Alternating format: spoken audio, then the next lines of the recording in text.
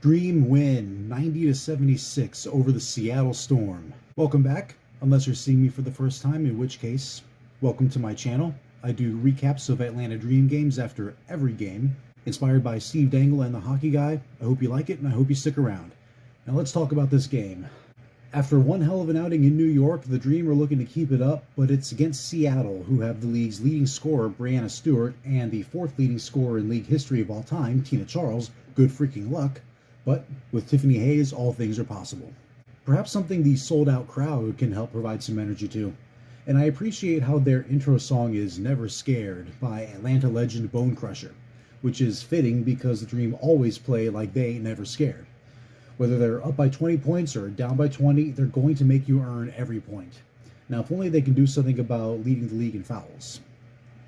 Only one name on the injury report, that being Mia Coffey, still out with a knee injury. Hope to see her again soon. 12 seconds into the game, it's Ryan time. Ryan Howard opens the scoring with a three-pointer. Hayes scores a two and gets a free throw. Then the Storm kind of take control. Brianna Stewart just effortlessly gliding through traffic in the paint. 6:40 left in the first. The Storm have committed 5 turnovers, most of which Atlanta is scoring on. Cheyenne Parker particularly is really wreaking havoc on the Storm's defense, forcing Seattle to call a timeout pretty early in the game. Now, I've been critical of Atlanta's layup work, but Tiffany Hayes hits one that I don't think any other Dream player could have hit, and with that, the Dream get a 10-point lead. Seattle is still excellent at getting offensive players into position and scoring, especially on three-point chances, but Atlanta is still doing a pretty good job of keeping the scoring gap wide open. Cheyenne Parker already has 10 points. She, Ryan Howard with 9, and Tiffany Hayes with 6 have combined for 25 points in the first quarter off of 12 for 14 shooting. That's 86%. Seattle is passing well, they're getting into position, they're doing everything right, they're just not connecting with their shots. Even without Naz Hillman, excellent defending, the Storm just are not converting. Now, the Storm did manage to stop the Dream from scoring the final 2.5 minutes, but the damage was already done. Between quarters, the Dream gave Sue Bird a gift for her final trip to Atlanta in her career, specifically from Dream coach Tanisha Wright, her teammate on the Storm during their championship-winning year.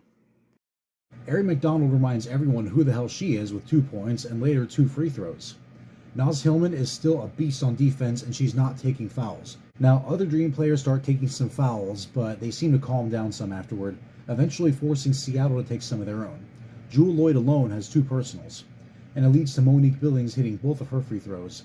But she's been all over the court doing everything all game long, so no surprise there. Which is good because the Dream haven't really scored much this quarter. They're still keeping Seattle from arm's length, but they're not seeing much on the offensive side of things. And because of this, the Storm did manage to close the gap, but not quite take the lead just yet. At halftime, it's 46-41 Dream lead, and they outscored the Storm 22-14 that quarter.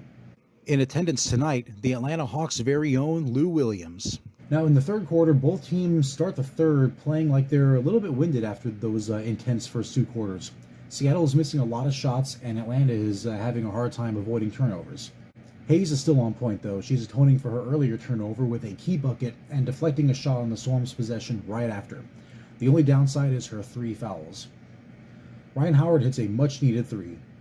She, Parker, and Hayes have accounted for 72% of the Dream's 53 points at this point in the game.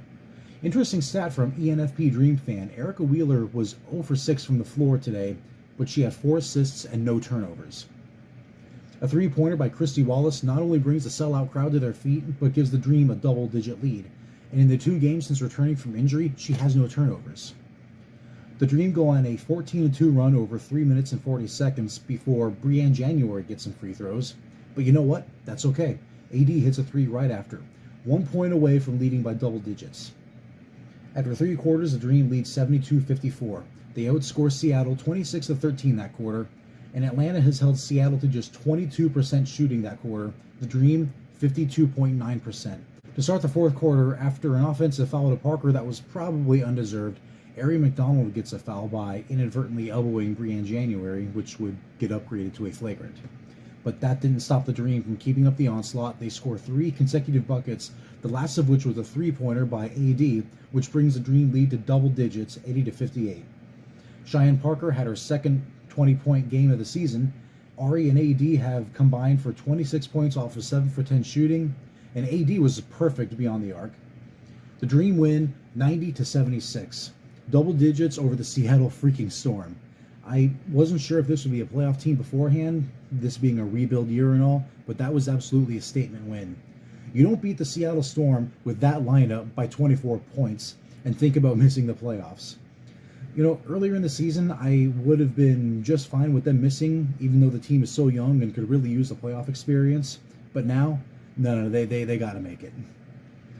Atlanta became the third team in WNBA history to have 3 separate players earn at least 8 rebounds and 4 assists in a single game.